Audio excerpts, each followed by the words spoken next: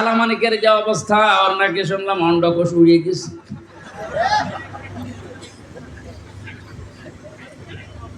এই শয়তানটা বিশ্ব নন্দিত মুফাসসিরে কোরআন শহীদ আল্লামা দেলাওয়ার হোসেন সাইদি রহমতুল্লাহ আলাইহি তাকে ফাঁসি দেওয়ার জন্য যে গর্ববোধ করেছিল যে আমি তাকে ফাঁসি দিয়েছি।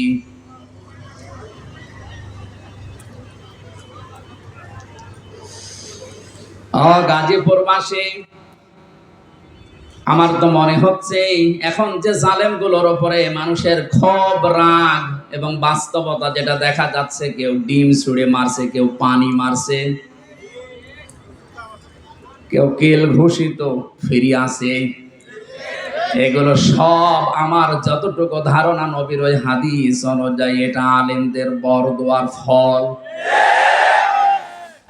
বিশ্ব নবী জানিয়েছেন ইত্তাকি দাওয়াতাল মাজলুম, পৃথিবীর মানুষেরা সাবধান, তুমি আর যাই করো না কেন মাজলুমের বরদোয়া থেকে নিজেকে বেশি বাঁচিয়ে রাখবা, কারণ এটা একটা কঠিন বিষয়। ফাইন্নাহা লাইসা বাইনাহু ওয়া বাইনাল্লাহি হিজাব, মাজলুম যদি বরদোয়া করে আর আল্লাহর মাঝে কোনো পর্দা, কোনো ফারাক থাকে না, সঙ্গে সঙ্গে কবুল হয়ে যায়। আমার মাথায় দড়ি দিয়ে যখন নিয়ে গিয়েছিল প্রথমে, এত অসহায় মনে হচ্ছিল নিজের কাছে যে আল্লাহ আমি কি করেছি। পায়ে দিয়েছে ডান্ডা বেড়ি, হাতের ভেতরে কাপ, মাজার ভেতরে সে এত মোটা মোটা দড়ি, 2-3 জন 4 জন পুলিশ হাত ধরে রাখে আর একজন টানতেছে, গরু টেনে নিয়ে যাচ্ছে। দুনিয়ায় যদি আল্লাহ এটা উল্টিয়ে দেখাতে পারে, আখিরাতের বিচার তো আলাদা।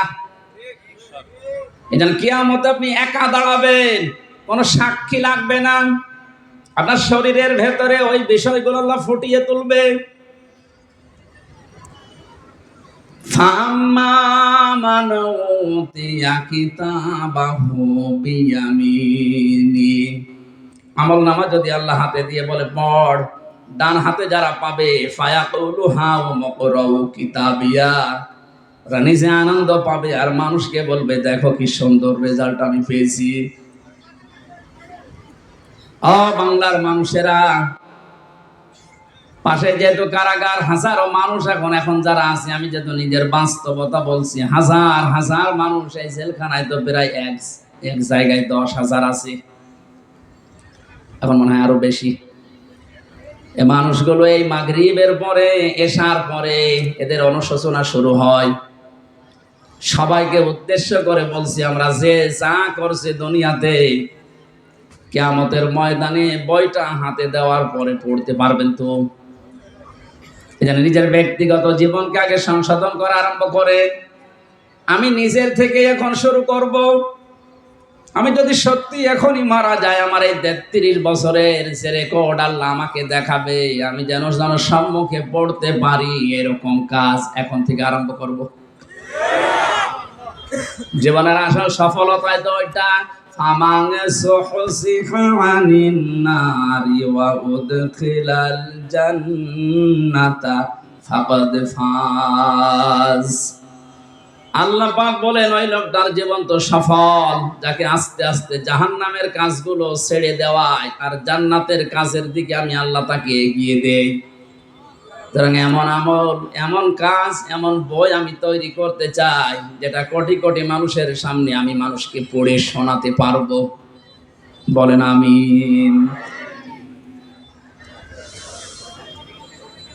কিয়ামতে যেহেতু সর্বপ্রথম আল্লাহ বিচার ব্যবস্থায় আপনাকে আমাকে একা ডাকবে, স্রেফ কেউ থাকবে না। সূরা মরিয়মের এই 95 নম্বর আয়াত অনুযায়ী যদি এখনো কেউ ধোঁকায় পড়ে থাকেন যে না আমার বাবা আছে বাঁচাবে, এই আয়াত অনুযায়ী এটা পুরা মিথ্যা আশ্বাস। কথা বলেন না কেন? কেউ থাকবে না পাশে, আপনি স্রেফ একা থাকবেন। বিচারের দ্বিতীয় স্টেপে আল্লাহ এবার ডাকবেন, ইয়াউমা নাদউ কুল্লা উনাসিম বিইমামিহিম। সূরা বানী ইসরাঈল 82 নম্বর আয়াতের 72 নম্বর আয়াতের প্রথম অংশে আছে।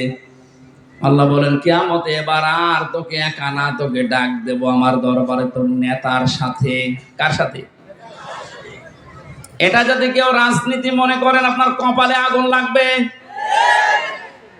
আল্লাহ পাক বলেন কিয়ামতে আমি তোকে তোর নেতার সাথে ডাক দেব। ও গাজীপুরবাসী, নিজের মনকে প্রশ্ন করেন তো, আপনি যে নেতার আদর্শ মেনে চলেন, ওকে যেহেতু আল্লাহ আগে ডাকবে, এরপরে পেছনে আপনাকে, আপনার কি মনে হয় এখন আপনি যার পেছনে এখনো পর্যন্ত আছেন, ওই লোকটা যদি সামনে থাকে আল্লাহ কি মাফ করবে বলে মনে হয়? আপনি এখনই যদি বলেন না, আপনি তো ধরা খাবেন। ও বলছে ঠিক, ও ধরা খাবে, তাও ঠিক। ধরা যেন খাওয়া না লাগে, এই কারণেই তো রাইফি সাহেবে আয়োজন দিয়েছে, কোরআন দিয়ে শোনানোর জন্যই লিখেছে তাফসীরুল কোরআন মাহফিল। আমি তো কোরআন দিয়েই বলছি, একটা কথাও বাইরের বলেছি। সুতরাং আহ্বান জানাচ্ছি, আমি বড় দরদ নিয়ে, মায়া নিয়ে, আমি দেখতে পাচ্ছি কোরআন আর হাদিসের চোখ লাগিয়ে যে আপনি ধরা খাবেন। এখনো পর্যন্ত অনেক জালেমের দোসর এখনো স্ট্যাটাস দিয়ে যাচ্ছে। আমার মনে হয় যার মনের ভেতরে বিন্দু পরিমাণ একটু বিবেক, একটু অনুশোচনা কাজ করে, তার সামনে যদি শুধু আয়না ঘরটা ভেসে আসে, কোনোদিনও জালেমের পক্ষে স্ট্যাটাস দেওয়ার কথা না। মর্মান্তিক বিষয় একটু ভাবেন শুধু। আমি মাঠের নিচে ছিলাম, কি অসহায় মনে হয় নিজেকে, তাও তো আমার একটু বড় জায়গা ছিলাম, কিন্তু ব্যারিস্টার আমান আজমি ভাই সহ যারা ছিলেন ওদের কবরের মতো জায়গায় রেখে দিত। এই জুলুমের সাথে যারা জড়িত, এখনো যদি বিশ্বাস না হয়, যারা দায়িত্বে আছে তাদেরকে বলবো, আয়না ঘরটা টুরিস্ট স্পেস হিসাবে রেখে দেন, মানুষ যেন, তামাম দুনিয়ার মানুষ বোঝে যে এই পৃথিবীতে একজন জালেম ছিল। এটা জুলুমের একেবারে সর্বোচ্চ পর্যায়। এটা বেঁচে থাকা মানুষও জানে না। আপনি যদি মেরে ফেলে সংবাদ দিয়ে দিতেন যে অমুককে মেরে ফেলেছে, তাহলে তার বউটা অন্য জায়গায় বিয়ে করতে পারত, তার ছেলে মেয়ে বসতো যে বাপ মারা গেছে। কি অবস্থা বলেন তো ব্যারিস্টার আরমানের, তার স্ত্রীকে আপনি কি জবাব দেবেন কিয়ামতে?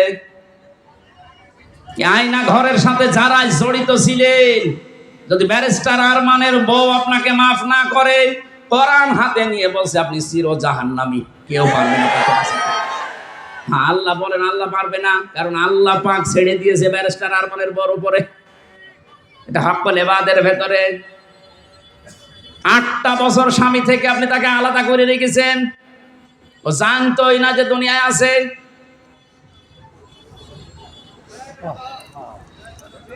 আমি কয়দিন থেকে আমার অবস্থা হালচাল শেষ হয়ে গেছে, আর সে 8টা বছর। এর বড় যদি কোনো মানুষ জালেমের পক্ষে কথা বলে, কি বলে তো বলে, বিবেক কি বলে তার? আপনার বিবেক বলে কিছু আছে? আর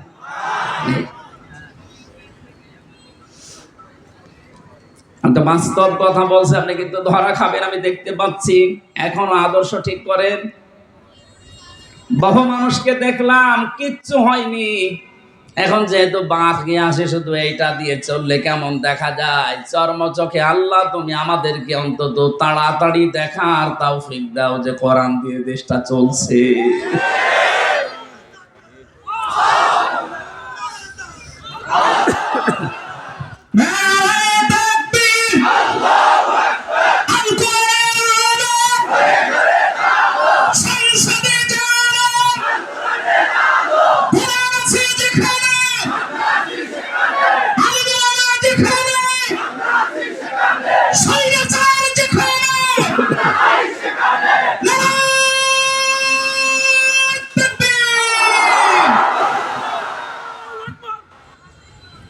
অন্য কোনো দিকে না নিয়ে বিবেকের দিকে নিয়ে যান, আমি আপনাকে বাঁচাতে চাই।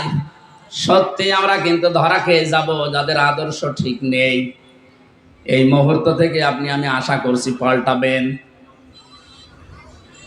2 নম্বরের ব্যাখ্যায় পেয়েছি, আল্লাহর নবী জানিয়েছেন, আমাকে আল্লাহ ইয়াসিন বলে ডাক দেওয়ার কারণে, সিন মানে সাইয়্যিদুল আলামিনের পরে সিন মানে সাইয়্যিদুল বাশার। সিন মানে কি? বাশার মানে মানুষ, মানুষ পদবাচ্যে যারা বিবেক